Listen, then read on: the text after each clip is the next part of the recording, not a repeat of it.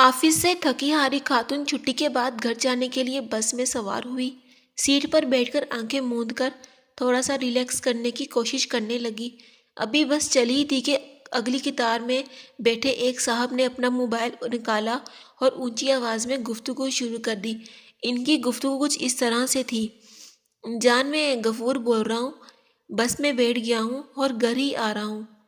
ہاں، مجھے پتا ہے کہ 7 بج رہے ہیں، 5 نہیں۔ بس ذرا آفس میں کام زیادہ تھا، اس لیے دیر ہو گئی۔ نہیں جان، میں شبنم کے ساتھ نہیں تھا، میں تو باس کے ساتھ میٹنگ میں تھا۔ نہیں جان، صرف تم ہی میری زندگی میں ہو۔